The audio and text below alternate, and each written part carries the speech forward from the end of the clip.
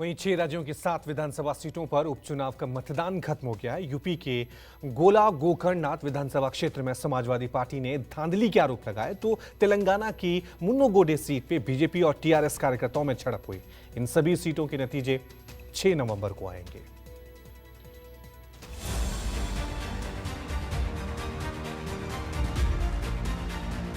सात राज्यों की 7 विधानसभा सीटों के प्रत्याशियों की किस्मत ईवीएम में कैद हो चुकी है। इन सभी सीटों की मतगणना 6 नवंबर को होगी।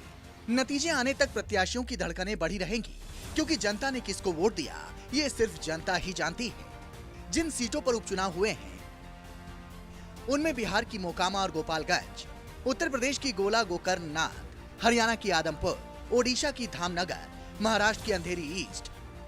बिहार में बदले सियासी समीकरण के बीच मोकामा और गोपालगंज सीट का उपचुनाव एनडीए और महागठबंधन के बीच लिटमस टेस्ट माना जा रहा है, क्योंकि इस बार नीतीश कुमार बीजेपी के बजाय महागठबंधन का हिस्सा हैं। हालांकि बीजेपी को समर्थन दे रही एलजेपी को उम्मीद है कि इस बार मोकामा और गोपालगंज दोनों ही सीटों पर कमल खिलेगा।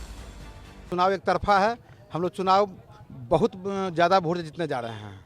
लेकिन जो बीजेपी के उम्मीदवार हैं उनका कहना है कि इस बार हम लोग भी जीत रहे हैं।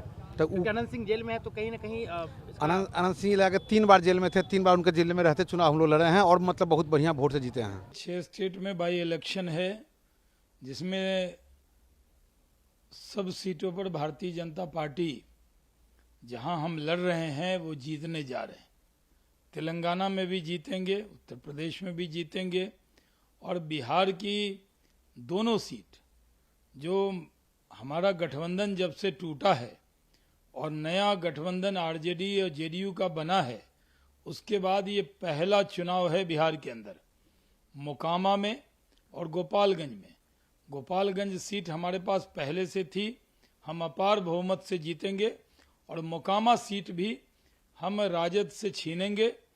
दोनों सीट पर भारतीय जनता पार्टी का कमल का फूल विजय होगा।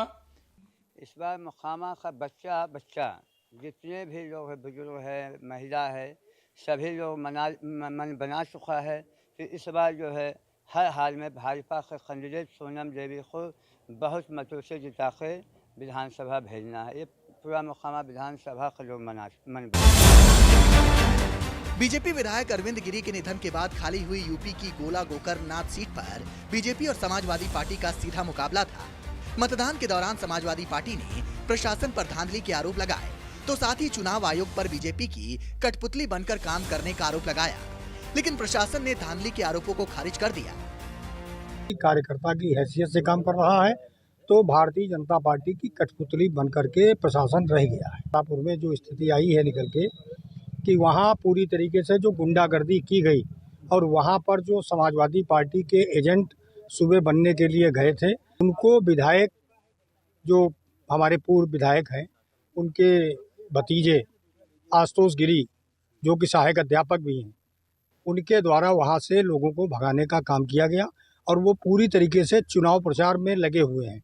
एक पार्टी जिन्होंने आक्षेप लगाया, उनके एजेंट भी थे, हमने उनसे भी पूछा तो उन्होंने भी कहा कि साहब यहाँ तो सब कुछ फेयर हो रहा है। जब उनके एजेंट ये कह रहे हैं तो उसमें अब उससे ज़्यादा हम क्या कहें। और इन तीनों बूथों जो मेंशन किए गए हैं, तीनों पे वेबकास्टिंग हो रही है, सीएपीएफ तैनात है वहाँ पर और एक बूथ पे माइक्रो ऑब्जर्वर भी तैनात है लालापुर पे। महाराष्ट्र की अंधेरी ईस्ट सीट शिवसेना विधायक रमेश लटके के निधन से खाली हुई थी। शिवसेना ने इस बार दिवंगत रमेश लटके की पत्नी ऋतुजा लटके को उम्मीदवार बनाया था।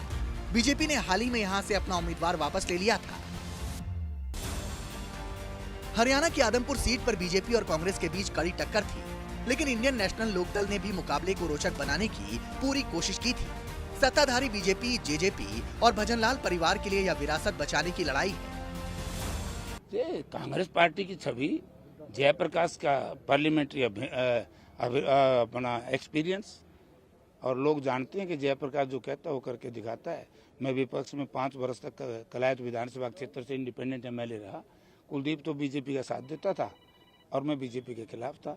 हमने कलायत में कॉलेज बनाए, हमने कलायत में सीवरेज बनवाए, हमने कलायत में पार्क बनवाए, स्टेडियम बनवाए। तो मुझे पता है कि लोगों को मालूम है जयप्रकाश जब विधानसभा में जाएगा, ये आदमपुर की जो आज बदहाली है इसको पहले सेशन में खुशहाली में बदल दूंगा। तीसरी पीढ़ी से हारने का रिकॉर्ड जयप्रकाश बनाएगा। पहले चौधरी भजनलाल जी से हारा, फिर मुझसे हारा, भव्य से हारेगा।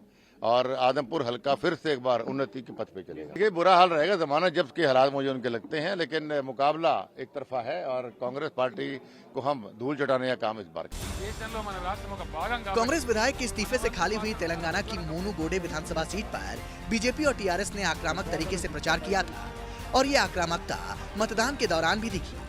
जब टीआरएस और बीजेपी समर्थकों के बीच झड़प हो गई, पुलिस को यहां लाठीचार्ज भी करना पड़ा। बीजेपी कार्यकर्ताओं ने पुलिस के साथ तीखी बहस की। मोकामा से सौरभ कुमार के साथ ब्यूरो रिपोर्ट, न्यूज़ 24।